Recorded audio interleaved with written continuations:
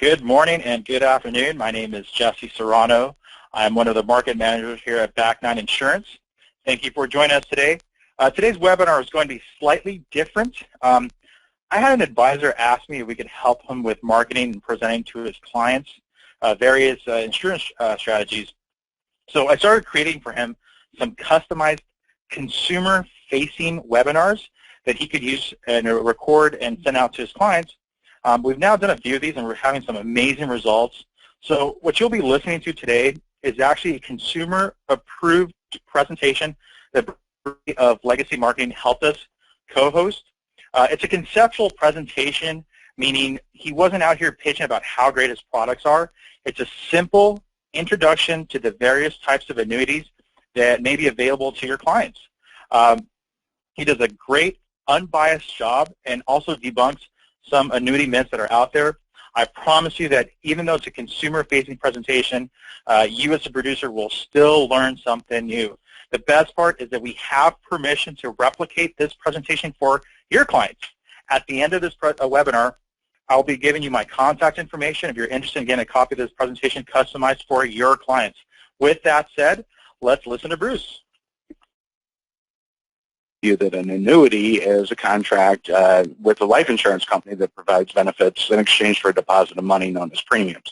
Although annuities are not life insurance, they're kind of the opposite of life insurance. So life insurance pays our beneficiaries upon our demise, whereas annuities are designed to provide benefits primarily during lifetime. So whether it be accumulation or guaranteed lifetime income, or safety from market fluctuations, there's a lot of different mechanisms that come into play during our lifetime. So annuities are kind of the counter side of the life insurance policy, which has a benefit only upon our demise. Now, if you were to look at the different types of annuities, they fall into really 4 different categories. There are the traditional fixed annuities.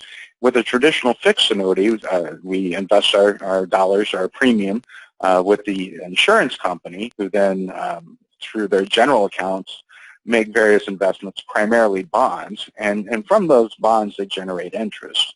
That interest, after costs of, issuing the policies and administration of the company, that net yield is then passed on to us as consumers, where we would expect to experience in today's interest rate environment maybe 1%, 1.5%. Potentially 2% interest. So traditional fixed annuities are not as in vogue today as they were in higher interest rate environments. Multi-year guarantee annuities are kind of our CD alternative type of solution, where we have a stated interest rate that's guaranteed for a period of time. Typically that's 3 or 5 or 7 or even 10 years. Again, a lower interest rate environment, these are not as popular as they were 7, 8, 10 years ago, yet they're still available. I've seen some multi-year guarantee annuities with 3.5% guaranteed for, maybe 5 years, something like that. Fixed index annuities are really one of the most popular categories, along with variable annuities. So fixed index annuities have had a meteoric rise in premium deposits year over year, one of the fastest growing categories, because what the fixed index annuity does is it gives us upside growth potential tied to a stock market industry, thus the word indexed. Typically, you're looking at the S&P 500 for probably 80–90% of sales in our industry. So the upside growth is tied to a stock market indice. But the unique mechanism here is that there is no downside risk. So a fixed index annuity takes the interest rate yield, typically that would be associated with a traditional fixed annuity. Instead of paying us 1.5 or 2%, the insurance company buys an option on the upside of the stock market. If the option expires useless, there's no cost other than the premium for that option. But if the S&P were to drop, for example, that expires out of the money. There's no net negative felt by the consumer. So the popular expression in the fixed index annuity world is that zero is our hero. Our worst case scenario is if the stock market were to decline, we don't experience any loss. Yet at the same time, we have a significant upside potential that may be, the first 3 or 5 or 7%, some number like this tied to the upside of the stock market. Again, the most popular version is the S&P 500, but there are many iterations on that. Variable annuities have been around longer than fixed index annuities, and basically a variable annuity is a group of mutual funds with a tax deferral wrapper on them. And variable annuities have experienced a lot of innovation over the years, but what they don't have is that protection from the downside. We've seen the advent of many riders. Variable annuities are known for the good, the bad, and the ugly, but the good being innovative riders, the bad being higher cost. So a lot of the negative press you see around annuities are specifically speaking of the higher cost associated with a variable annuity. So there's some things to be aware of, in these different categories. If we were to look at our investment pyramid and to identify where these different types of annuities fit, stocks and derivatives are really at the high end of the risk profile for the investment pyramid. In the middle, due to diversification primarily, are variable annuities and mutual funds. And then at the bottom, of the safe category, where we don't risk principal, are CDs, savings accounts, annuities, and fixed index annuities. So, depending on your age and your risk tolerance will dictate how much should go into each of these three categories. And then for some people, it's not appropriate to have dollars in all three. If I'm more conservative, I may just stay on that bottom tier and try to maximize my yields and opportunity because I'm not comfortable with risk. If I am more comfortable with risk, some of the other opportunities open up. At the top of the pyramid, these are typically reserved for accredited investors or at least a certain risk tolerance. So that's how we really categorize these different types of annuity opportunities. So why would anyone be benefiting from ownership of an annuity product? Well, first of all, the number one reason that people purchase these products is safety. We want sleep insurance. We want the confidence that when the stock market is volatile like it is right now, that we don't have to worry about the downside, the down capture. Flexibility. Most products in the marketplace today have an extreme amount of flexibility, whether it's 10% penalty-free withdrawals or liquidity provisions that occur if our health were to change in the future, such as confinement to a nursing home. That would be a concern for people. If I'm in a long-term solution like an annuity, if I have a change in my situation, can I access the value of my policy? Death benefits, are another thing that we look at as far as flexibility. Third thing, why an annuity is earnings potential. In today's world, the average 6-month CD across the nation pays 14 basis points. That's 14% of 1%. So basically, it will take us a decade at the bank to make 1%. And if you want to make 10%, it's going to take more like 100 years if interest rates don't go up substantially. So based on where we're at today, the earnings potential CDs is pretty much been mitigated. At the same time, to chase return potential in the stock market, where most experts are saying you're going to be lucky to make 6 or 7% into the future, and you do have the downside risk. So this is kind of in between there, where we're going to have guarantees and the opportunity to make 3 to 5 to maybe even 7%. And then in protection. So safety and protection are kind of the same thing, but there are certain protective features built into the most innovative annuities today that will help us deal with all of life.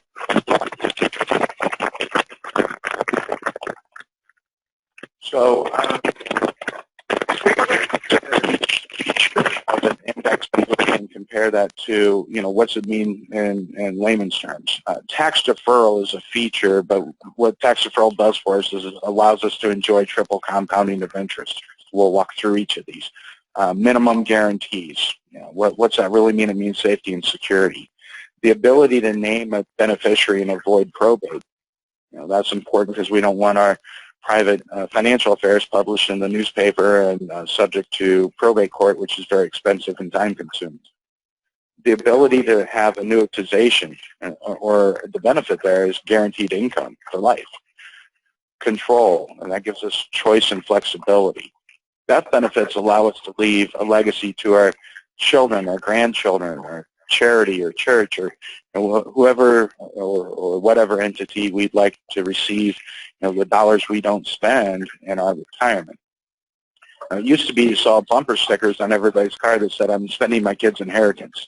I don't see those so much anymore, but most of the people I talk to are their number one concern is not running out of money during retirement, with the legacy concern being secondary. But all things being equal, would rather leave it to our families, our chosen heirs, than to the government or the probate court.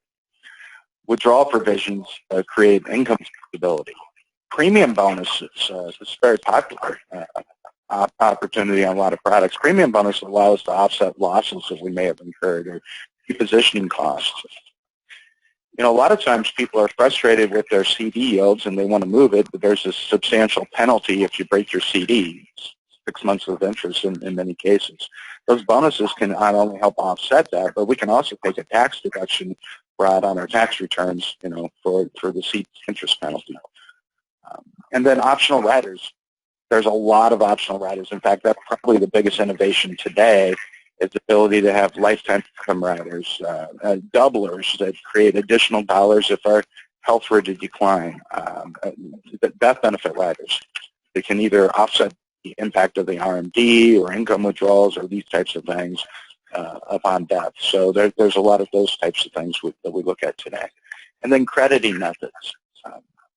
My favorite solutions today give us the ability to choose not one, but multiple crediting methods so that we can ebb and flow with our product throughout whatever the future holds. We might see strong stock market opportunities.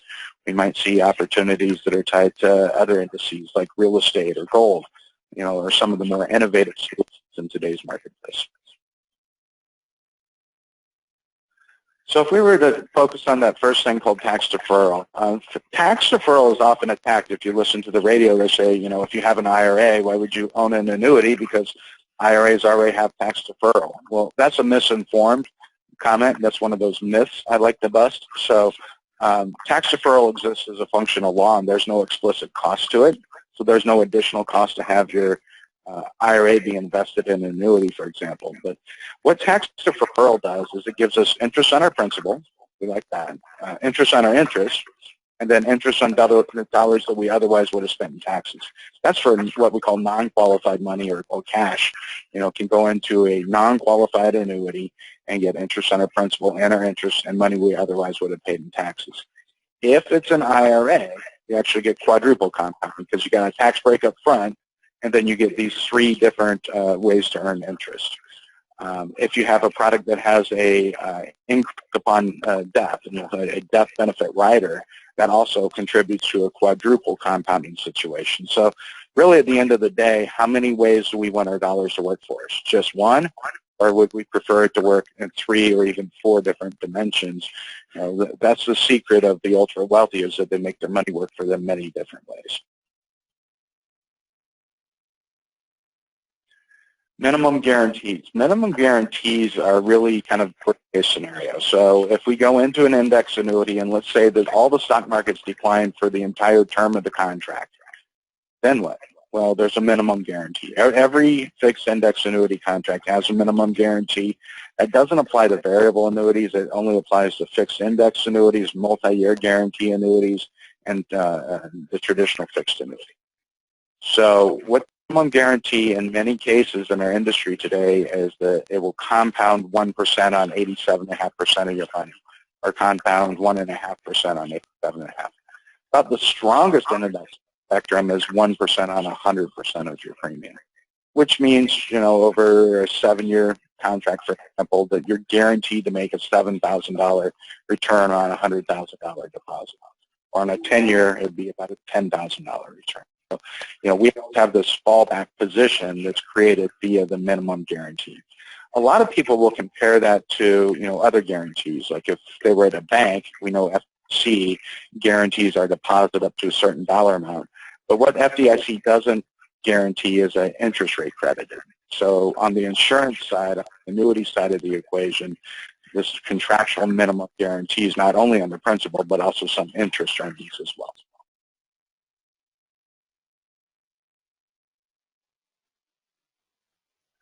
All right, so this is maybe one of the most important things for us to all consider, is that annuities allow us to name a beneficiary, a specific named beneficiary. Now, in a typical situation with a husband and wife or a married couple, the spouse is going to be listed as a sole primary beneficiary. That creates the ultimate flexibility, because then, upon my death, my spouse can either take over the contract or accept the death benefit or do whatever she wants to do. So I recommend, unless you have a non-typical situation, typically you want to list the spouse as a sole primary beneficiary, because it gives them the most flexibility.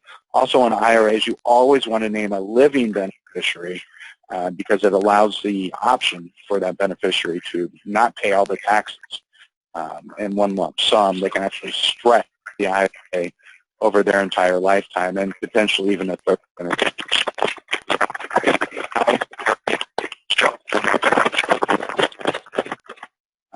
And make that retirement asset last potentially 100 years and continue the tax deferral in the meantime. So the other benefit here is that it allows your assets to avoid the public, costly, time-consuming process of probate.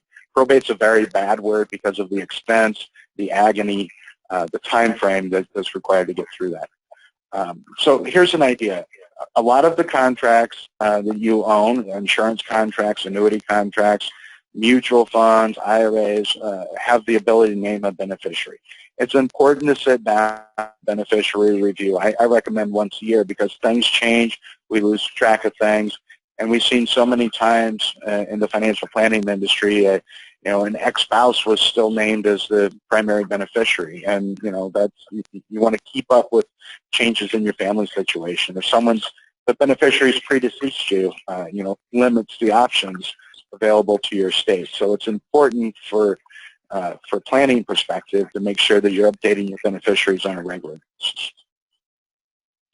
Annuitization, this is an option in most contracts. Some companies require it, but most annuity products give it as an option, which means you don't have to do it, but you may want to. So this gives you the ability to exchange your value of your contract for a lifetime stream of income. It's been said that we focus a lot on accumulation years. Not a lot of people are talking about how to properly decumulate or distribute those dollars that we've accumulated. And this is one powerful option that can provide what's referred to as a mortality credit, i.e., a lot of people buy a lifetime annuity, for example, and some people die early and some people live a long time. Those that live longer get additional benefits in the form of higher dollars paid out for a longer number of years due to the what's called a mortality credit. That's something that should be explored, especially if there are limited dollars, or if you want to make a certain asset be maximized for income purposes. Or if you don't have heirs, this would be another thing to look at. So that can protect you from outliving your income and give you tax advantage solutions on non-qualified monies too. There's a lot of products. One concern that we often hear expressed is, I don't want to tie up my money for a long time. But then when folks truly understand the control that's built into these products, where we control how the heirs can receive the death benefit. If I have a spendthrift in my family tree and I want to protect them from themselves, I may choose to say, hey, you can only take out the RMD equivalent of this IRA for the rest of your life and never have access to a lump sum. If I'm concerned about them making the wrong choices, I'll have to do that. I can also choose when to pay taxes on the gains. I can choose crediting strategies. I can choose if and when to take income. I can choose the duration.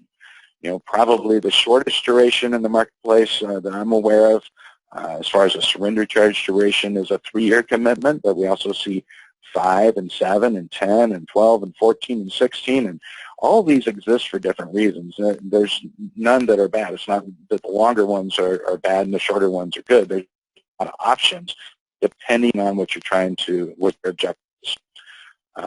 Different premium bonuses, types and amounts. There's a lot of different riders, a lot of different solutions.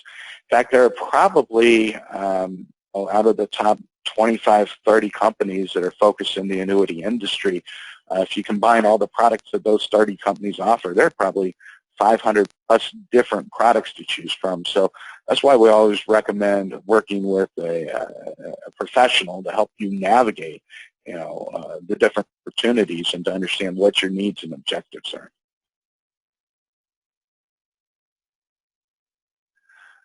Death benefits, I think that probably some of the biggest innovations today are in death benefit riders. So, all of us are required by the government to start taking distributions from our IRAs when we turn 70 and a half, whether we want to or not. The tax deferral game starts to end at age 70 and a half because we have to take these distributions. If you find yourself saying, do I have to take a RMD? The answer is yeah, you should, because if you at least about 55%. But the death benefit riders can help reimburse the effects of those RMDs back into your contract so that you can leave to your spouse, your heirs, the full value or close to the full value or an increase off of the value of what you otherwise would have. So most annuities today offer full value of death, so full accumulation value of death, surrender charge waived. Some offer this additional type of death benefit rider to either help offset the tax burden or reimburse the RMDs or just really enhance the estate. A lot of different settlement options are available to the heirs, and in many cases the surviving spouse can continue the contract if it's set up properly, which again is a good reason to review the beneficiary. So if you want to leave a legacy and optimize the flexibility for your beneficiaries, that's the way to do it. Liquidity provisions. Again, if I'm hesitant to a longer-term commitment, I'm going to take solace in the fact that I've got income flexibility, whether I want income now or later, fully liquid death, liquidity upon confinement.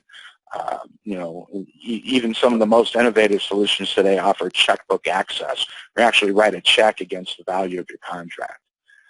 And then again, as I mentioned, optional riders like income riders, death benefit riders, additional benefit riders for changes in our health, those types of things. So premium bonuses are an optional bonus in many contracts that are available today that can just give you a jump start to your accumulation, offset market losses, increase your values, and create additional income. So, that's another innovation.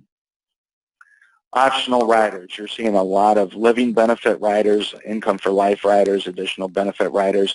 There's typically some type of a nominal cost. I say nominal. It could be anywhere from 30 to 50 to 70 basis points, even 1.5 points per year if you choose multiple different riders. And I'm speaking generically across the industry.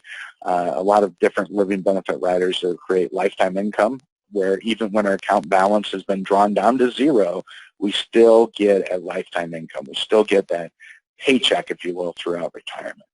The death benefit riders, may increase significantly the beneficiary's net inheritance.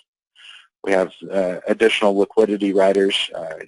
They're focused on your health. So if for example, if I could not do 2 of 6 what's called activities of daily living, like I need someone to come into my house and prepare meals and help me, get ready for the day or something like that. That can be very expensive, but I really don't want to go to the nursing home, because I'm just fine to stay at home. I just need a little bit of help. There's a cost for that. And an income doubler would be a liquidity type of rider that would fit there. That would take my normal income and double it, so that I have additional benefits to pay for that in-home care. So that can really help dignity of life as our health changes. So that gives us a lot of opportunity. As far as crediting methods, there are very, very many opportunities out there. Either a current interest rate guarantee, there's multi-year, there's a lot of different index strategies, S&P 500, and a multitude of other indices today, different crediting calculations that you don't really have to be an expert on. That's why you should be working with a qualified financial professional. This is why you should call Rod, sit down, and work through what are the different opportunities that you can take advantage of today. Probably the most common conversation we have is comparing CDs to annuities, and this one goes back for a very long time because there's a lot of similarities between the two solutions, but there's some key differences as well. So with a CD, as we earn interest, we have to pay taxes on it. Even though the national average yield is only 14 basis points, we still have to pay taxes on it. So 14 basis points in most tax brackets mean you keep about 10 basis points. CDs are and have been at historically low interest rates. Even though the Fed just recently raised interest rates a little bit, they're still pretty paltry. Very limited liquidity. In many cases, you're not even allowed to withdraw your interest, or if you can withdraw your interest, that's about it. You have the 10% free withdrawal. They may be subject to probate, and they can be subject to creditors. Now, annuities offer tax deferral. We talked about the triple compounding, also upside potential. Free withdrawals up to 10% most contracts, and perhaps depending on the product, also a checkbook may be available. Ability to avoid probate by naming a named living beneficiary. May have additional creditor protection, so there may be some additional liability protection to you, and other solutions available via these riders we've discussed. Just over time, the ability to pull ahead of a stated interest rate with the additional compounding growth of tax deferral, you can see on the chart the dark red is the tax deferred growth versus the taxable growth. So the opportunity here is to put yourself in charge of when you pay taxes, and choosing not to pay taxes until you need access to the funds can put you in a lot better position over time. Here's some equivalencies. These are a little bit out of date because we don't see 4% tax or 5.56% taxable accounts anymore, but this slide was really built in a different interest rate environment, but I think it puts it in perspective. I think we can all remember 5 and 6 and even 7% CDs. It's been quite a while, but we can remember them. Tax deferral doesn't have to work as hard because it creates a leverage point. So a 4% tax deferred yield is equivalent to about 5.5. 5% tax deferred is 6.67. So I think we can definitely make the case here, especially in today's interest rate environment, of greater opportunity within the annuity. And the reason for that is that typically the insurance companies have a much longer duration, whereas the 6-month CD, they're basically sitting in cash and they don't have much yield. So in the form of disclosure, there's a lot of different things that come into consideration, a lot of different criteria. And again, I can't emphasize enough, there are over 500 choices out there. Don't try to do it yourself. Pick up the phone, call Rod, sit down, go through what your objectives are, what you're trying to accomplish, what your financial plan looks like, so they can make the most appropriate recommendation. All right. Well, thank you again for listening in today. As I said, if you're interested in having a customized webinar made for you and your clients, whether it's on annuities, you want to do a webinar on max funding life insurance to create a tax-free retirement, or whatever you feel would best appeal to your clients, please give me a call. And I'd love to hear your thoughts and help you co-host a webinar. Thank you again. Make it a great day.